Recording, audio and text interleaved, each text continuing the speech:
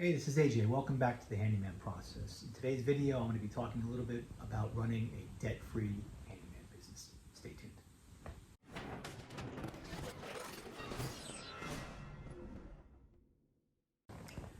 So what does it mean to run a debt-free handyman business, or to be debt-free in general? Sometimes people get confused between debt and expenses, so I'll explain that a little bit.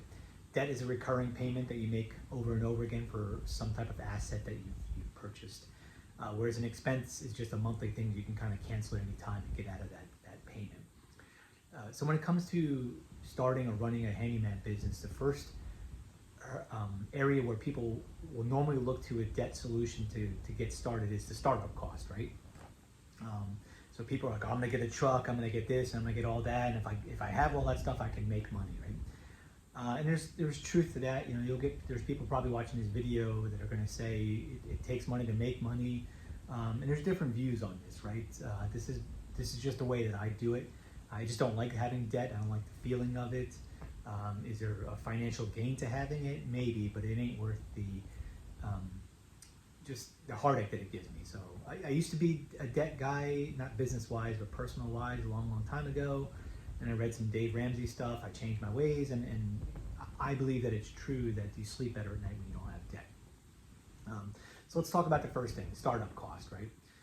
So when you're setting up a handyman business, there are some startup costs associated with it, but you can be a lean operator, right? So in my case, I just started doing jobs. Right? I didn't have insurance. I didn't have an LLC. I had very little marketing. I had the personal tools that I had. So in that case, there's really no startup cost.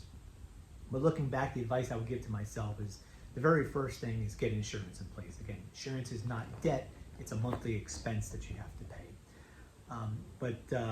Some of the other big costs associated with getting started is establishing yourself legally as a business, and you know, whether it's setting up an LLC or some other type of legal structure to get your business started. That can be anywhere from $300 to $1,000, couple $1,000, depending on where you are in the process that you go through to kind of obtain that. In my personal case, I went through Inkfile, which is just, there's a million different websites out there to get started and set up an LLC. I just happen to use a site called Inkfile. I'll put a link to a video of how I did that in here. But I want to say I paid $500, maybe $600, and they just took care of all the paperwork for me.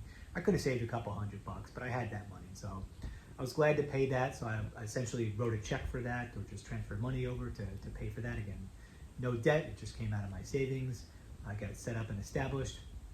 And then some of the other startup costs, I set up my social media presence. That was free. I set up a Google website. Again, I have a link on how to set up a Google website for free. So setting up the website was free. Buying the domain and paying for that every month is an expense that I pay. I think it's like $6 a month I pay for that expense. But all in, you can be anywhere from $300 to, let's just say, a couple $1,000 to get established. If you go like the franchise route, which I do not recommend, if you're fresh out of the gate, no business experience, don't be dropping $100,000, $50,000 to get started in this business, because to me it's a complete waste of your time. So keep your startup costs low, and if you're like me, you want to stay out of debt, just cash flow it, pay for that, right? The one thing I didn't mention was tools. I did mention that I use my personal tools, and I had a bunch of personal tools, but it wasn't of the same quality that I'd like to have in the kind of tools that I have now. So the way that I handle that, instead of just going out, the Home Depot or Lowe's and just buying thousands of dollars worth of stuff, I kind of build it into jobs. So if I get a job doing a deck, I'll buy a nail gun. If I get a job doing this, I'll buy that tool.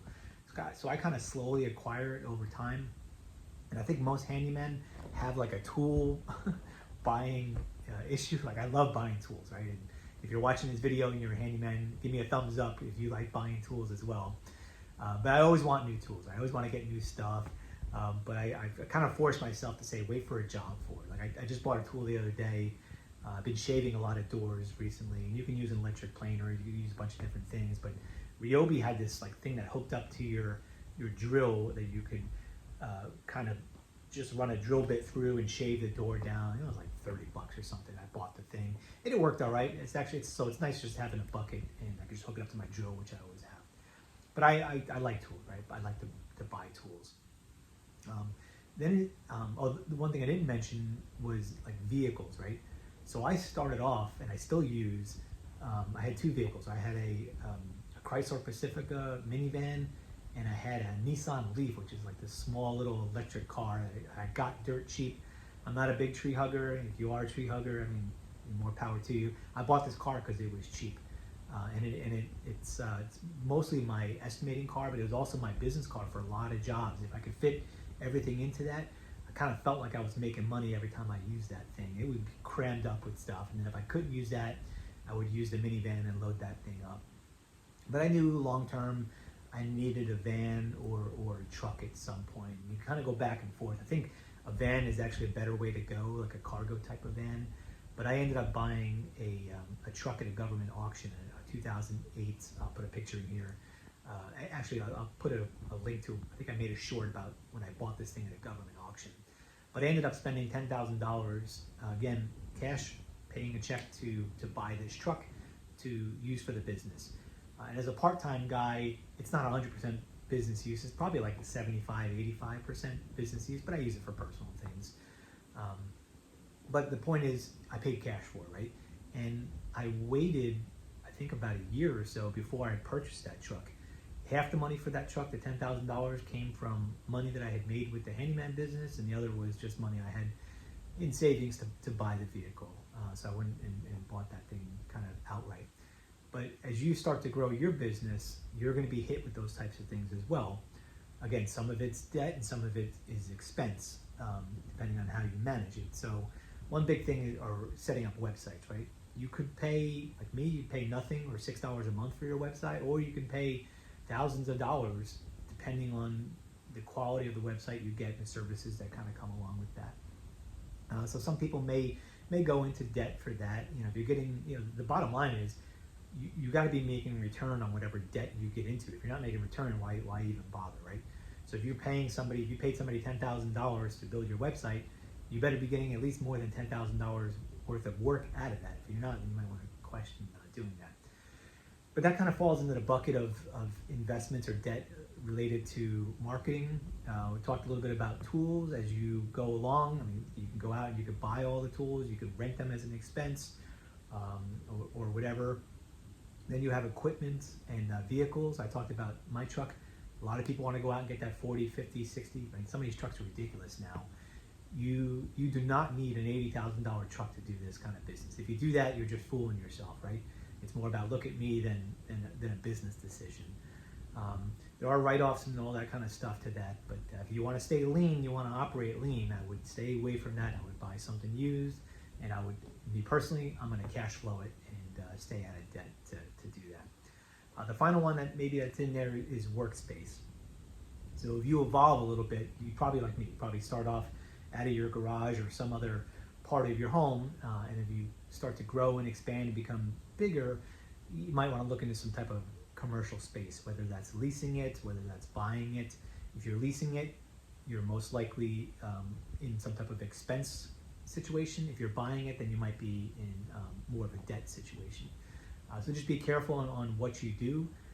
As you see, the theme of my video is stay on the lean side for a while, at least until you establish yourself. If you start growing and becoming big, like some of these other big names that are out there, then maybe it makes more sense to you. But at that point, I'm bringing in some experts, right? I'm bringing in a CPA, I'm bringing in a lawyer, bringing some business counselors and advisors that could maybe walk me through some of that stuff before I decide to start to drop a bunch of money down. Anyway, those are my tips and my points on running a debt-free handyman business. If you have any questions that you want to drop in the comments, go ahead and drop them down. Let me know what you think. If you have a different spin on this thing, you think I'm crazy, go ahead and drop those comments down there as well. I welcome all dialogue, so go ahead and drop it in there. You probably won't change my mind, I probably won't change your mind, but the conversation could be interesting for maybe some people who are on the fence. Anyway, that's my 2 cents when it comes to running a debt-free handyman business. I hope you enjoyed, and stay tuned.